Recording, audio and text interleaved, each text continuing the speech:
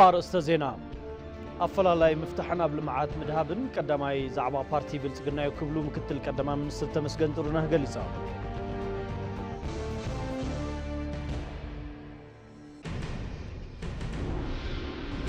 أب كل أمحرا صراحة سلام دحنتن مثل معاتات أساسي الكامل راح تتناخيرو كم تغتصر سم حدا تكلل أرقا كبد غليصا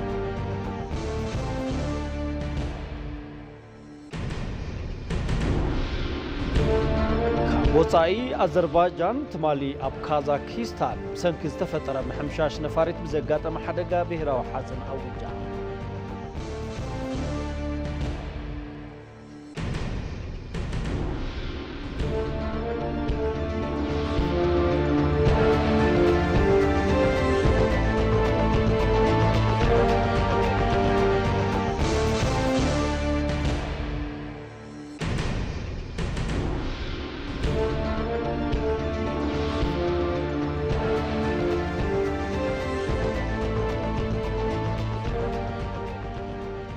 አዲስ አበባ ካብ ዝመደብሩ ስቱዲዮ ኢቲቪ ዕዙዝ ሰላምታና ተቀበሉ ክቡራት ተኸታተልቲ ነሰዓት ዝተዳለው ዜናታት ሒዝናልኩም ቀሪብና ለና ዜናታት ጌታቸው አለው ምሳኹም ክጸንሕ ሰናይ ምክታል ንኮነልኩም ትምኒትና እዩ ፈለማ ሓጽርት ዜናታት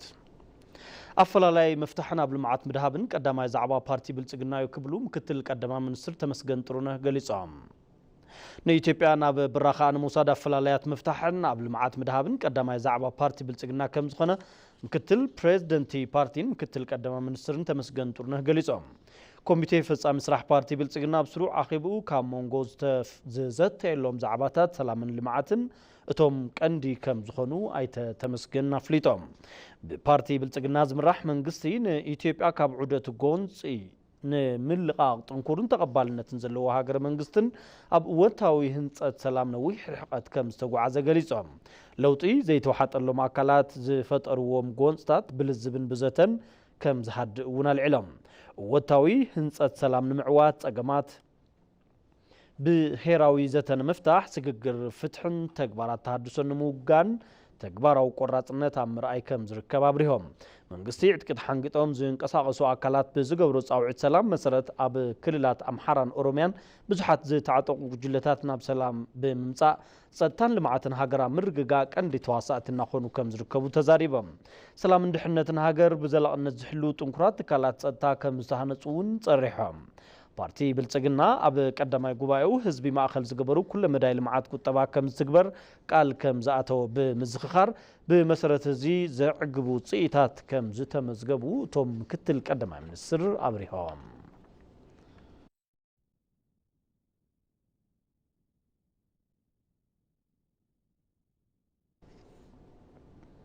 ኩነታት ጸጥታ ከተማ አዲስ አበባን ከባቢኡን አተኣማማኒ ከም ዝኾነ ጥሙር ሓይሊ ጸጥታን ድሕንነትን ገሊጹ እቲ ጥሙር ሓይሊ ሓደ ታሕሳስ 2017 ዓ.ም ብመሰረት ዘቐመጦ ኣንፈት ኩነታት ጸጥታ በመግምጋም ሓፈሻዊ ከም ሃገር ኣብ ኩለን ክልላት ብዝተዋደደ መገዲ ስራሕ ምህላው ልዕሉ ውፅኢት ስራሕ ጸጥታ ከም ዝረኽበ ሓቢሩ ብፍላይ ኣብ ክልላት አምሓራን ኦሮሚያን ብኮማንድ ፖስት እናተመርሐ ብዝተሰርሐ ስራሕቲ ጸጥታ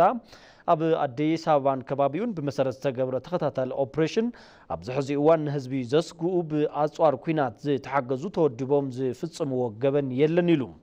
ኣብ ዝውውር ዘይሕጋዊ ኣጽዋር ኮንትሮባንድ ዘይሕጋዊ ዝውውር ሰነዳት ሰባት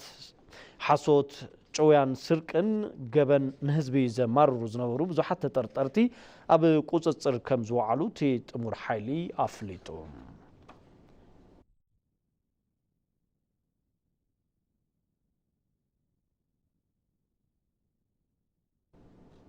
ኣብ ከተማ አዲስ አበባ ኮንፈረንስ ሰላም ይሳለጥ ኣሎ ቢሮ ሰላም ምሕዳርን ጸጥታ ከተማ አዲስ አበባ ዘሰናድኦ ኮንፈረንስ ሰላም ኣብ ዝኽሪ ዓወት ዓድዋ ይካየድ ኣሎ ኣብቲ ኮንፈረንስ ካብ ኩለን ክፍለ ከተማታት ተውጻጹ ነበርቲ ታ ከተማ ይሳተፉ ከም ዘለዉ እውን ተሓቢሩ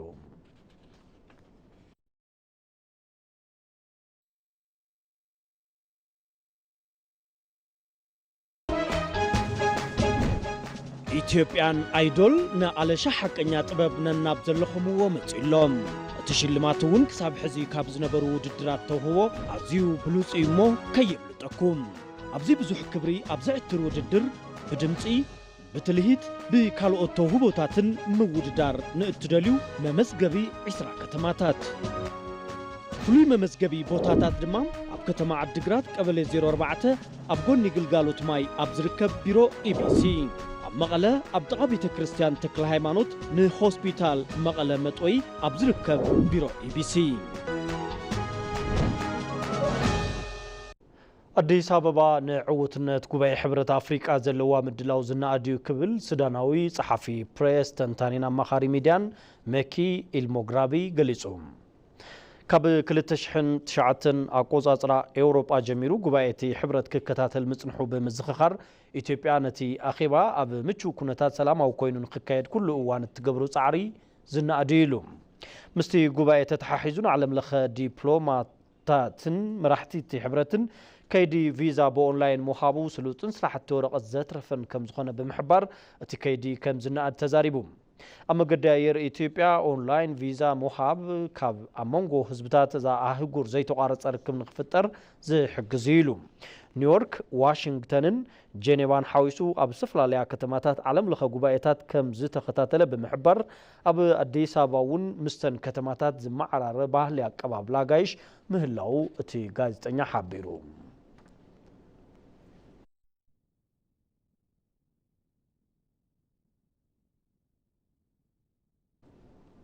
أبز حلفو حمشتا وارح 380 بليون براتاو كم تاكب أبال فصام مسرح بارتي بلصقنان منستر توتناينا لمنغوسي غليصن تن منستر أبز حلفو ناي لوط عمتات زنبرا فصاصماتوت تمتا بزهابو مبرهي ببركه هاجر تتحزو تلمتات لمعات تكباراو نمغبار كندا عقمي تغيرو زوسد اتاوش تعدي من محاشن كب مبالن يلن زي دما دليت لمعات حزبي درجه بدرجه زملسو مسرت المعاتات مهناص كم زخل غليصن بمسرت زي اب كيدات اخخبااتوت اب زحلفو ناي لوط عمتات عقميتوت ممحاش زخلو مسرتاو لوطታት مكيادوم تزاريبن نابنت معقفات بوليسن حقين ممحاشن غلغالوتا وهبو مسلاطن زخلو اسرارحታት تكنولوجي مزرغاح مقالو حبيرن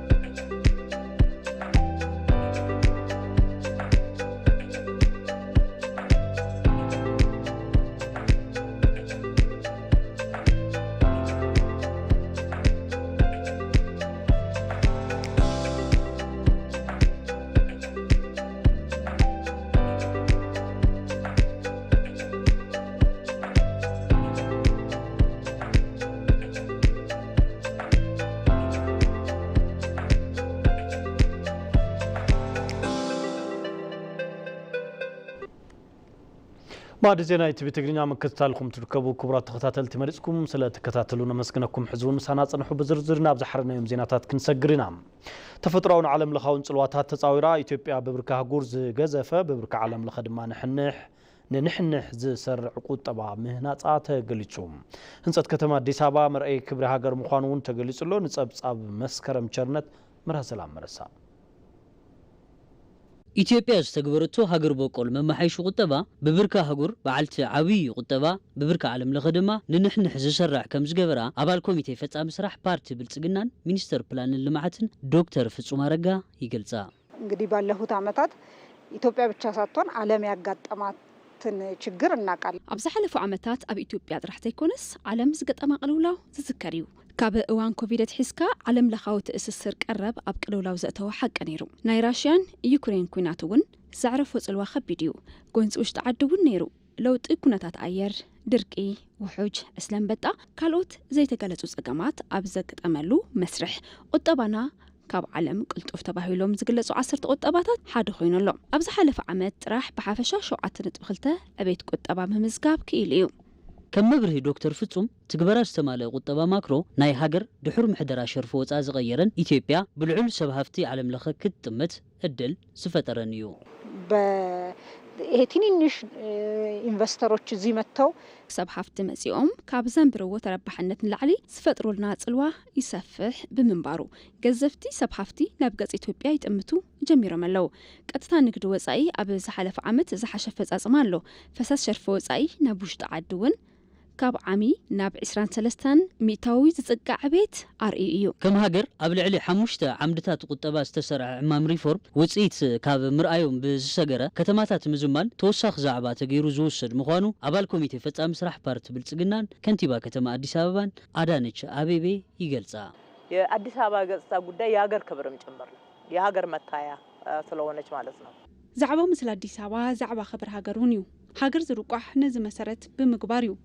ልምዓት ሓምለዋይ ከተማ አዲስ አበባ ካብ 2.8 ናብ 20 በፂሑ ኣሎ እዚ ብምልኣስ ዝግለጽ ለውጢ እዩ መሰረታዊ ለውጢ እዩ ወሕዚ በጻሕቲ ዓዲ ወሰኻሪ ኣሎ ኣብ ኣተዊና ኣብ ቱሪዝም ልዑል ለውጢ ኣምጽኡ እዩ ከም መዘከር ዓወት ዓድዋ ዝበሉ ምህናጾ ብርክ ዝበሉ በጻሕቲ እንዳስሓበ እዩ ዝርከብ ናይ ወዳጅነት አንድነት እንጦጦ ብልምዓት ኮሪደር ኣብ ቀረባ ግዜ ባይታ ዘትሕዝናዮም ለውጥታት ድማ ብሓፈሻ ማእኸል መስሕባት ዓለም ብዛዕባና ንኽዛረብ ዛዕባኡ ንኽገብረና ዕድል ዝፈጠረን እዩ ኣብ ከተማ አዲስ አበባ ዘይተፈተሐ ጸገም መንበረ አባይት ንምቕራፍ መምሕዳር ከተማ አዲስ አበባ ጠመተ ገይሩ ይሰርሕ ምህላው አፍሊጠን የን ከፍተኛ የመኖሪያ ቤት ጥያቄ አለ በአዲስ አበባ ብቻ አይደለም በሌሎች የኢትዮጵያ ከተሞችም ላይ ልዑል ጠለም መንበረ አባይት ኣሎ እዚ ኣብ አዲስ አበባ ዝዕገት ኣይኮነን ቀረም መንበረ አባይቲ ብዓቕን ጠለብና ምህናጽ ክኢልና ኢና ዝብል መበገስ የብልናን ኮይኑ ግና ሕዚ እውን ኣብ ዝቕጽል ጉባኤና ጠመተ ኮይኑ ዝቕጽል እዩ ከተማታትና ምጽራይ ምውቃብ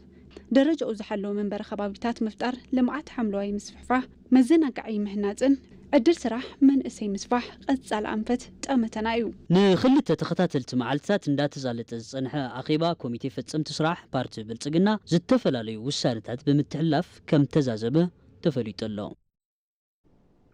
ኣብ ክልል ኣምሓራ ስራሕቲ ሰላምን ድሕንነትን ምስ ልምዓታት ተኣሳሲርካ ምምራሕ ተጠናኺሩ ከም ዝቕጽል ርእሰ ምሕዳርቲ ክልል ኣረጋ ከበደ ገሊጾም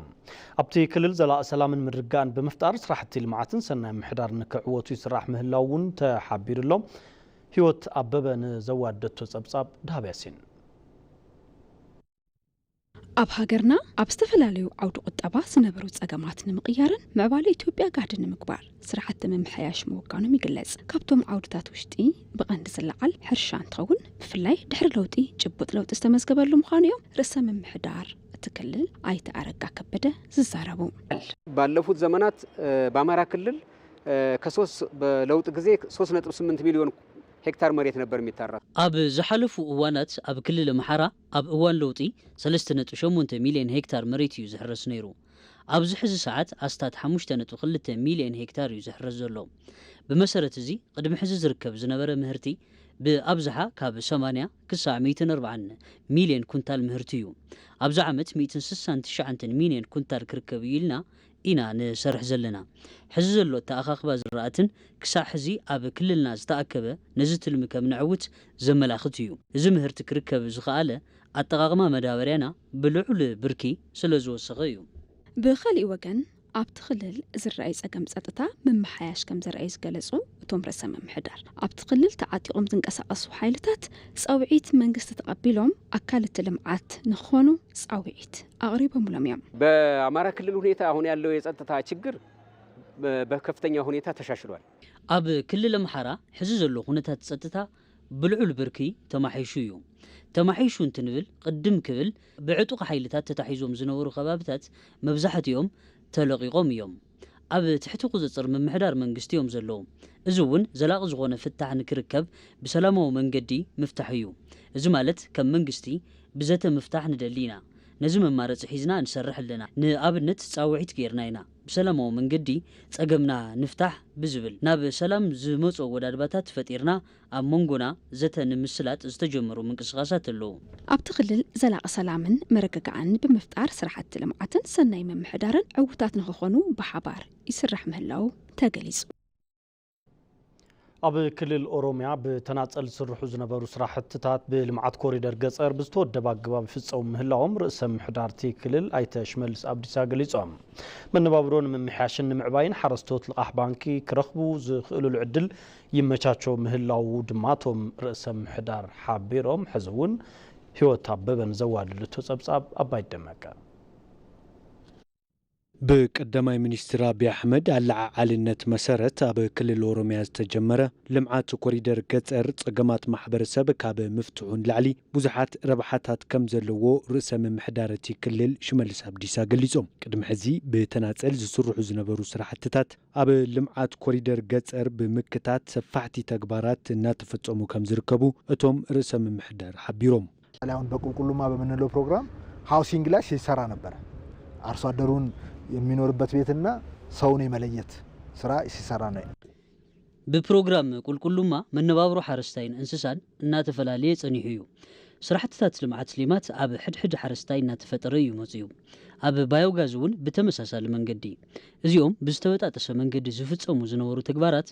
ብሓደ ብምትእሳር بحبار كفتم أب مقبر بتقرت يسرح له حرستوت زحشة منبر جزان مناتن كابيتالو من معبين كاب بانكي لقاح كرخ بلو زخولو عدل كم زفتر بمحبار بلمعات كوريدر جزر زحشة من نبابرون مفتر يسرح له وانو جنزابي مفترنا كوريدر أب لمعات كوريدر جنزابي مفتر يتقندي ميدياتات أبزو بتقرت كسرحي جبا ببركو زركو أمرار حتاتون بتمساسال منقدي كابزو بتوساخي عبيت صدران مرققات حد سب كسرح اللوو حزبك ساتف بمقبار حلوات المعات مقبار دما اتشي زعبي سرحيو محبراوي كتباون بوليتيكاون وانينات نموغان سلام رئيسي كل مخانو زغلصو حلافي بيت صحفة عدقيتن موغادن ناوتا أديس أبابا ايت برهان قبر صادق مس مدب وراين ابزنبرم صنحيت كاب عنتو اب منغونا كفتر زينبرو كوينات مقطامو كم زحزنو مابريهم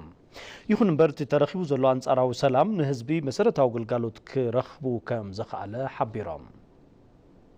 لمشتو خينا اينا بزعبا سراح مفتارم بزعبا عنا يخون بزعبا زخون عبيت نزارب نخل لزي سلام بطعم يدلينا قدم حجي اب سمين اثيوبيا وي دما كلنا زنبره طورنتون ايدلاي نورن بطعم بوحلل زخونه بمرحنت كفتح زغبو زنبره تخابيركا صقمكا ግን ድማ بمدرخ مفتاح እንዳተخاله እዩ ናብ ጦርነት ተምሪሕና ኢና ሕጂ ኣዴታትና ኣብ ሓዘን ዝርከባ መንእሰይና ኣብ ቁስልና ዝርከቡ ስለዚ ድማ ኣየደለን ኢልና ኸውና ክቕፅል ዘይኽእል خبق عسل زنوره ኣብ بريتوريا سمعنا تخايد مالتي زين نهزمنا وفيت هذا فترة أيو وفيت فتيو كون تطورنت كون ينوره كابكون دما بسلام عصز اللو تواحلو نفسنا ممتنا بطعم صبوعيو أديتاتنا تداويلنا نخرخب مسلك نخرخبا مسرة المعتات نفس روحهم نخاتو منقستي سرحتي منقستي دموز نخوفلو كله انقسقاسي خجبر تغيرو زمالت كم تزول كايو نشتي ناي سلام أفافلت فتيرنا لنا أتي ترخيبو زولو سلام نمعزاز بعتوب كسراح اللو زبلو آيت برهانة بفلاي نبر عطوقات مريسكا كتايشو مقبار وحس سلام كرقاق زخل عبي عمامي يلام تاب ناي تقراي زلو ناي دي ار سرحات جن تجمار بطعم صبويو جن فتان كون الله هادو أخل يكون أنت عطوقي حيلي ناي صد حيلي زبهال عطوق أخل قربته يكون زرخوا المخاط حواتنا نفلت منها أكون دي أبك خندي سأجم هذول نفلت منها زي أنت قلت يفهمنا ولم عسق يرلو نايز دي أسرعة خطي لهم جن خد عايش له سرعة فترة له أو زي عتب زخنا من قصي سرح له ناس زاروا قرأ أوانون مس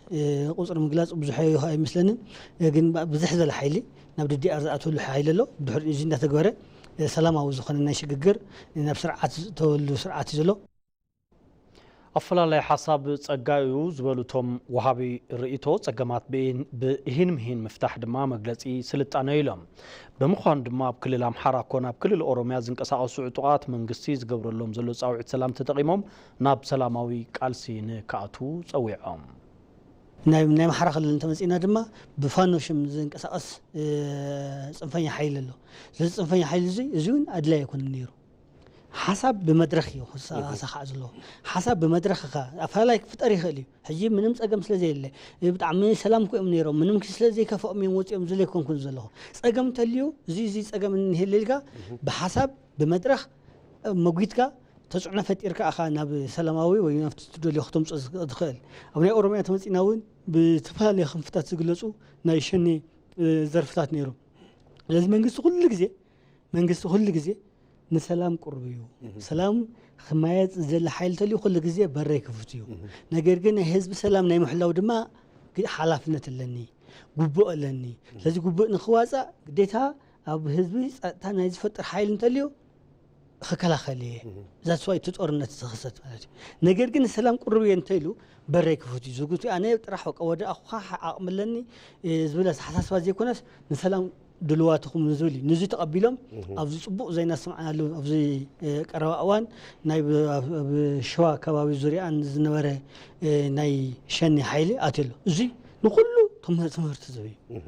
بعتق جرى حيلي قاصري سلطان كذا قاصري نوال حلم حيلي نزخون أكل تمهرت زبي لذي ما يوم مسولدهم كرهوا بحسب جن بوليتيكا كرهوا إيش نخبر لكم بحسب نحسب فلا ناي بوليس علامات اليوم حزب تقم اليوم صحيفة وقريبا تمرت نقول نزيك حق من قصنا مشوي ما يبي بارتي زخت الحق من قص يلنا وانا اوديتر بيت عيو فيدرال اب تكالات زقربو ريبورت اوديت سعيبو اب امرار حتات زوست سقمتي نا تزحح حاله مبصو تغليصوم تحتات نت حقي بزملكت كل مسرح حق ولا كواتالو اب فصاصمو صقم بمهلاو مخنيات ببيلينات زغصر حفتي حزبي باخن بزعبا مهلاوون تحبيرلو نصبصاب يوحنس فسها مولو برهان غرماي ዋና ኦዲተር ቤት ዕዮ ፌደራል በብዓመቱ ኣብ ሕጋውነት ፋይናንስ ትካላት ኣላይ ዝኾነ ምርመራ ብምግባር ኦዲታት ክዋነ ንቤት ምክሪ ባይቶ ወከልቲ ህዝቢ የቕርብ እዩ ኣብቲ ዝቐረበ ኦዲት እውን ብቢልዮናት ዝቑፀር ቅርሽታት እንትጠፍኡ ይስተዋዓል እዩ ንኣብነት ዋና ኦዲተር ቤት ዕዮ ፌደራል ኣብ 2015 ዓመተ ምህረት ኣብ ዘቕረቦ ሪፖርት ኣብ 151 ቤት ዕዮ ፌደራል ኣብ ዝተገበረ ኦዲት ዘይተወራረደ ገንዘብ ካብ መምርሒ ወፃኢ ዝተገበረ ዕድጊትን መሰል ጥሕሰት ስነ ምግባር ምርካቡ ምግላጹ ይዝከር ከምዚኣቶም ዝኣመሰሉ ንብረት ህዝብን መንግስትን زباخون تكالات مرحوم مرار حتات زحت تتحقي على دويلنا حتيتنا إنا. عندهم من يلال مسألة وانا أوديتر ما قوامي عواجو. أواج متى وانا إديتر زخونا عينة سب أوديت ريبورت مما حيش توهيبوه بالتدقاقا من زي ما حيش انتقوينو أبتسراح الزتوا فرسب تحاتيتو قبني خونيو كاب حموشتا كساع شوعات عمت زبط حتى تنت قبن كم زلوه يغمتيو زبالة زعنتو مقبارن اتزد اللوزيتا ممزا خيدو زلا على بزحي زلوه من ينلون حاتيتنا إنا أنا بمزيمريا درجة ودازم تكوش مكر بيت ستعلو أنا بفلما يبركن بيت مخر بايتو وكلت حزب يزهو تحلافنت بايتو وكلت حزب بمسارة زقرب له ريبورت قلتا تريو كما يتعرمو زبل ملسينا اي مهاب حلافنت اللوو تقول لزي إرم تغوينو كعا سقوم تحق نخوصد نمينستر فتحية زهو نمخانو ريبورت زقرب له بارلامخة انتا يقبرالو يتسطهن بجت باقبو بسرعات على والكم تبلو زتو هابكا بجت بزقب ايو عالكايون تباهيلو سقم كمالو مدرخ يدالويو بمخنيات زي كاب سلطان استلعلو اللو بجنزب قون استغزقو اللو عبتو بيت مخري اتستقلت اسراح تسرحي والا كواتا تبالا زخف ابخنت نبرس ترأيلو متكالات بمسل خونتات محلاف اخول ديو زبال حتوون حتو بزحاتيو لمزبرا تقلطوال هي لمزبرا تقلط انو تبلو مياسفلقو سينورو ጸረ ሙስና የማጣራት የጥናት ስራውን እንዲሰራ ንስርቂ ተጋሊጾም እዮም ተባሂሎም ዝተሓረዩ ጉዳያት እንትህሉ ጸረ ጋዜና ስራሕቲ መጽናዕቲ ንኽሰርሕ ንገብሪና ክሲ ንኽምስረተሎም ንገብሪና ንኣብነት ፕሬዝዳንት ሓደ ዩኒቨርሲቲ ናይ ዘይ መኽሳስ መሰሎም ተላዒሉ ንኽኽሰሱ ጌርና ኢና بغال وجن تحتاتنا نمعسال أبزق برخيدون أو عين بعل ما يحقي قولت بزعبا من لو يقلزيو نزو قولت حقي نمشفان زغ أربو حساباتون على يوم يونجلنا يفتابر تتياكي نتو بملكة عقال مهيرون ده تطبق أورو تحتاتنا تقبلن فتحابير بزملكت زخد انتخون بيت مخرب بايتو كل تزبي نتوم قبل نياتات سلطانو مناي من على سلطان كلو يقبايو نو أوديتر جنرالون ልዕል ዝበለ ስልጣን መሃብ ከም መማረፂ ይረኣዩ እዩ ኣብ 2015 ዓመተ ምህረት ንፓርላማ ካብ ዝቐረቡ ሪፖርታት ክዋነ 73 ቤት ዕዮታት ብዘይ ጨረታ 2.1 ቢልዮን ዘውፅእ ዕድጊት ብዛዕባ ምፍጻሞምን ካብ ዝሕልፍ እንትብል ከዓ 124 ዝኾኑ ቤት ዕዮታት ዘይወራረድዎ 14.4 ቢልዮን ቅርሺ ብዛዕባ ምህላው እንትግለጽ እቲ ጉዳይ ክንደየናይ ከም ዘተሓሳስብ ንምርዳእ ብዙሕ የጸግምን ኢትዮጵያን አይዶል ንኣለሻ ሓቀኛ ጥበብ ነናብ ዘለኹምዎ መጺሎም እቲ ሽልማት እውን ክሳብ ሕዚ ካብ ዝነበሩ ውድድራት ተውህቦ ኣዝዩ ብሉጽ እሞ ከየምልጠኩም ኣብዚ ብዙሕ ክብሪ ኣብ ዘዕትር ውድድር ብድምፂ ብትልሂት ብካልኦት ተውህቦታትን ምውድዳር ንእትደልዩ መመዝገቢ 20 ከተማታት ፍሉይ መመዝገቢ ቦታታት ድማ ኣብ ከተማ ዓዲግራት ቀበሌ 04 ኣብ ጎኒ ግልጋሎት ማይ ኣብ ዝርከብ ቢሮ ኢቢሲ መቐለ ኣብ ጥቓ ቤተ ክርስቲያን ተክለ ሃይማኖት ንሆስፒታል መቐለ መጦይ ኣብ ዝርከብ ቢሮ ኢቢሲ